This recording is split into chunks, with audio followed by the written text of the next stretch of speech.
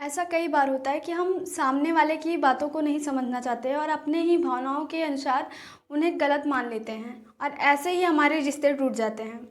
हम ये नहीं सुनना चाहते हैं कि सामने वाला क्या कहना चाहता है, उसकी भावना क्या है।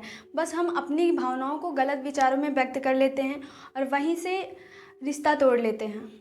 सो hello guys, this is Bharti Shukla and welcome back to my YouTube channel life thought with Bharti.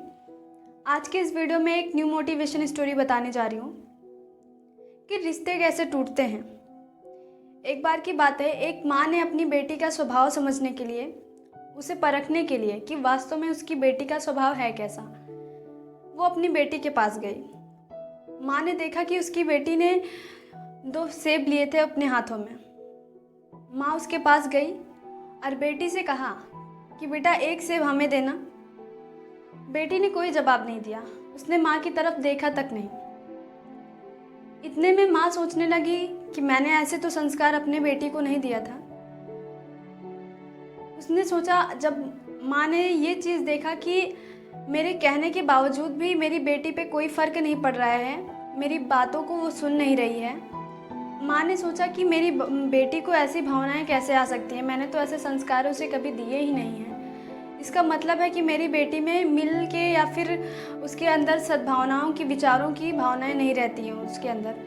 उन्होंने सोचा, माँ ने सोचा, माँ अपने अंदर ही अंदर उन्होंने बहुत कुछ कहा अपनी बेटी के प्रति। उन्होंने सोचा कि अगर ऐसे संस्कार आगे रहेंगे तो इसे भी प्रॉब्लम होगी और मुझे भी प्रॉब्लम होगी। क्योंकि बच्चे जो होते हैं, अगर बच्चों को बचपन से ही जैसे शिक्षा दी जाती है, जैसे संस्कार दिए जाते हैं, आगे चलकर भी वो वैसे ही ढलते हैं। और दूसरी चीज़, माहौल पर भी डिपेंड होता है कि बच्चों का संस्कार कैसे है।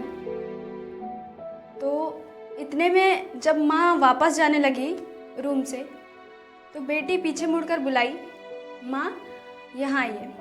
जब माँ उसके पास गई तो उसने कहा, माँ आप क्या सोच रही हैं। माँ ने कहा, बेटा मैंने आपको ऐसे संस्कार नहीं दिए। मैं आपसे कितनी देर से रिक्वेस्ट मैंने किया और मैंने कहा भी कि बेटा 1 सेब मुझे देना, आपने एक बार भी रिप्लाई नहीं दिया मुझे। तो बेटी मुस्कुराई और बोली, अरे माँ, मैं तो ये देख रही थी कि कौन सा सेब ज़्यादा मीठा है। जब माँ ने कहा कि बेटा मुझे सेब देना, तो वो बेटी उनकी माँ की बातों को ध्यान नहीं दी और वो सेब खाने लगी।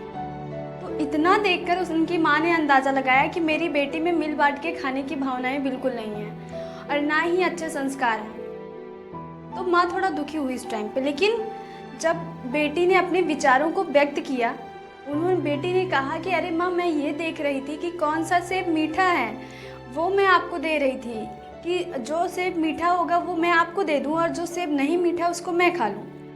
तो जब माँ ने इतना सुना तो माँ को बहुत खुशी हुई। उन्होंने तो यहाँ से ये सीख निकलती है हमें कि हम सामने वालों की बातों को नहीं सुनना चाहते, सामने वाले की भावनाएं क्या है वो नहीं समझना चाहते हैं। बस हम अपने अंदाज़ों से, अपने भावनाओं से, अपने विचारों से सामने वालों की विचारों को व्यक्त करना चाहते हैं, बदलना चाहते हैं। तो ऐसे ही बहुत सारे रिश्ते होते हैं कि ऐसे ही टूटते हैं।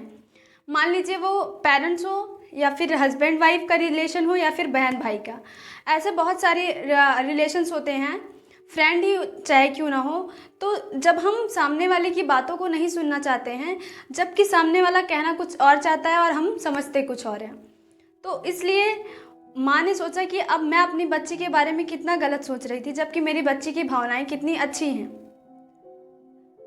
तब हमें इससे ये सीख मिलती है कि हमें कभी भी किसी के भावनाओं का अंदाज़ा नहीं लगाना चाहिए। सामने वाला क्या चाहता है और क्या बोलना चाहता है और कैसी उसकी भावनाएं हैं, ये आंकना बहुत मुश्किल होता है। इसलिए अपने विचारों को किसी के लिए विपरीत ना होने दीजिए।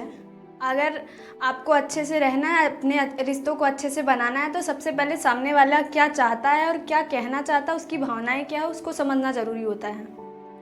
और ऐसे ही रिश्ते अधिकतर टूट रहे हैं कि बहुत सारे कपल्स होते हैं या फिर रिलेशन ऐसे भी होते हैं जिनमें हमेशा बहस होती रहती है, हमेशा यही सोचते रहते हैं कि वो सामने वाले की बातों को पूरा नहीं होने देते, बस कुछ ना कुछ गलत सोच लेते हैं और रिश्ते वहीं पे टूट जाते हैं।